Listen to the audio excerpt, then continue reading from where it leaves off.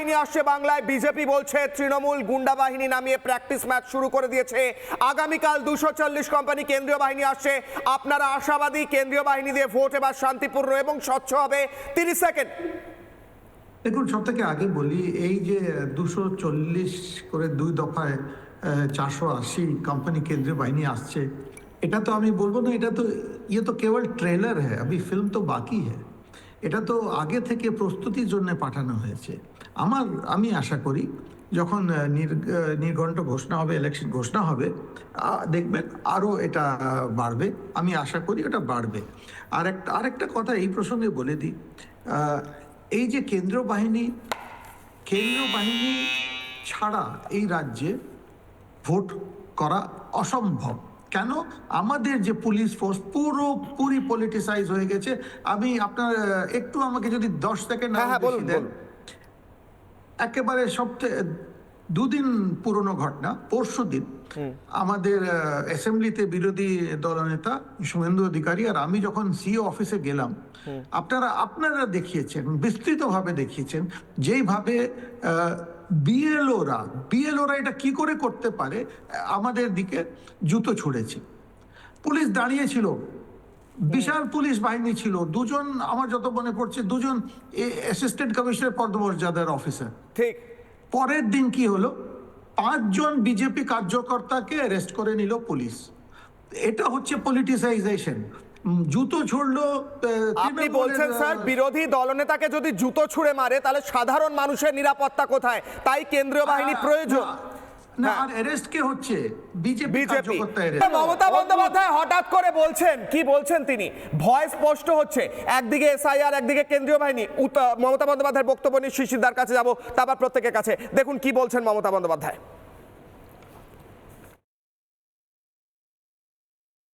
SIR চলছে, অনেকের ভোটাধিকার বাদ গেছে। আমি দুঃখিত। প্রথমে 58 लाख निकाल दिया, उसको बाद छुपा के, जो पहले रूल्स ही नहीं था, लॉजिस्टिक डिस्क्रिपेंसी नाम पे 50 लाख नहीं, वो 80 लाख होगा। अगर 20 लाख हम मत में की बीज पकड़े तो 1,20,00,000 लोगों का नाम बाद चला जाएगा। मैंने खुद जाके फाइट किया सुप्रीम कोर्ट में। हमको पता नहीं है 28 तारीख में जो लिस्ट निकालेगा, 14th हो जाने का बाद भी as per supreme court rules, ये लोगों ने छुपा रुस्तम लोगों ने 1,20,00,000 लोगों को नाम उतार दिया। मेरे को पता नहीं है 28 तारीख में जब लिस्ट निकालेंगे तो लोगों को मन में जिसको नाम नहीं रहेगा कितना दुख होगा। শিশির বাবু, কি মনে হচ্ছে মমতা বন্দ্যোপাধ্যায়ের বক্তব্য শুনে? সব নাম ছুপা করে বাদ চলে যাচ্ছে, এবার কি ভয় লাগছে মমতা বন্দ্যোপাধ্যায়ের ছুপাকে নাম? তাই জন্য কি গুন্ডা বাহিনীর দাপাদাপি বাড়ছে বঙ্গে? চূড়ান্ত ভয়। আর আপনি যেই ছবি দেখালেন পর্দায়, এই 2 সেকেন্ড আগে যে ছবি দেখালেন, ওটা বলি একটা জৈন সমাজের ওখানে মাননীয় বক্তৃতা দিচ্ছিলেন। পাশে কে বসেছিলেন? নগরপাল। একটা কমিউনিটি প্রোগ্রামে মমতা ব্যানার্জি নগরপালকে ইউনিফর্মে কেন নিয়ে গিয়েছিলেন? এটা কেউ বলতে পারবে? পুরোপুরি জৈন কমিউনিটির প্রোগ্রাম ছিল, তাই জন্য লক্ষ্য করেছেন হিন্দিতে বলছিলেন।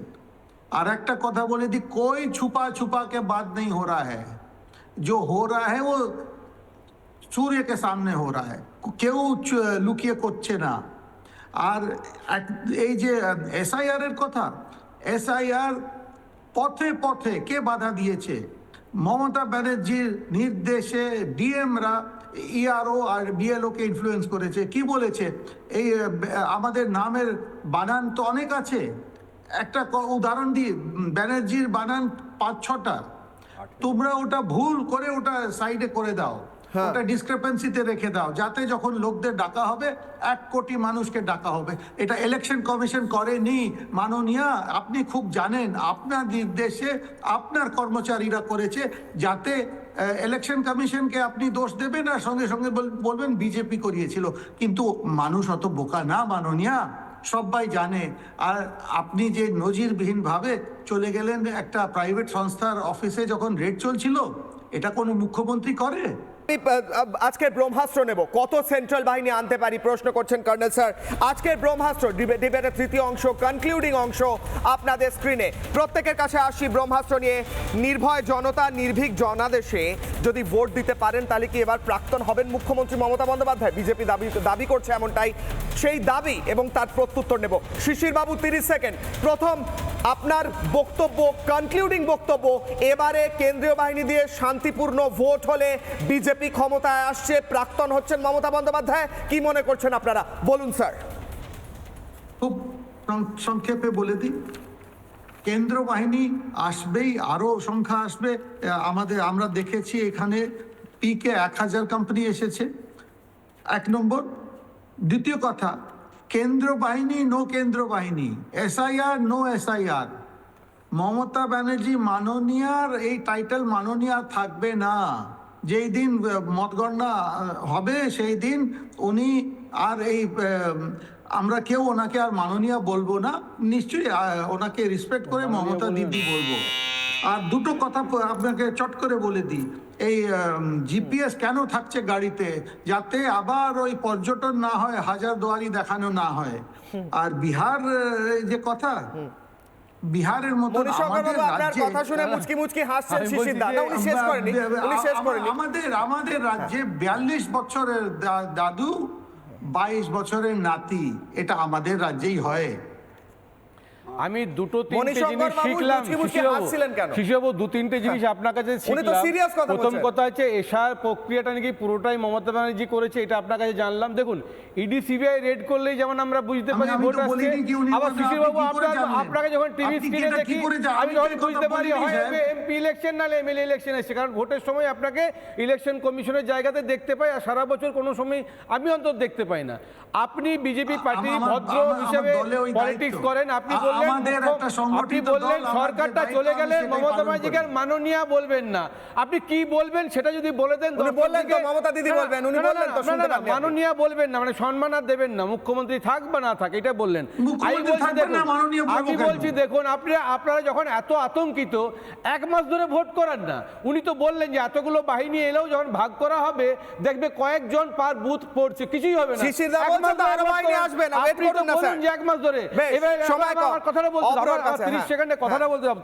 আমি যেটা বলতে চাইছি যে এই যে ল্যান্ডটা স্টেট সাবজেক্ট হলেও ল্যান্ড অ্যাকুইজিশন রিকুইজিশন এটাতে আপনারা দেখবেন যে এটা কনকারেন্ট লিস্টের মধ্যে পড়ে, স্টেট এবং সেন্ট্রালের দুজনের সমান পাওয়ার আছে।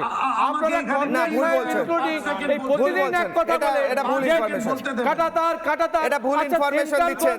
কে বলেছে আপনাকে? ল্যান্ড অ্যাকুইজিশন বর্ডারের ক্ষেত্রে সেন্ট্রাল গভর্নমেন্ট এসে ইন্টারফেয়ার করতে পারে না স্যার। আমি নানা ধরনের কন্টেন্ট দেখার জন্য লাইক করুন, শেয়ার করুন আমাদের ফেসবুক পেজ, সাবস্ক্রাইব করুন আমাদের ইউটিউব চ্যানেল। পাশাপাশি অন্যান্য ব্রেকিং নিউজের জন্য অবশ্যই চোখ রাখুন রিপাবলিক বাংলায়।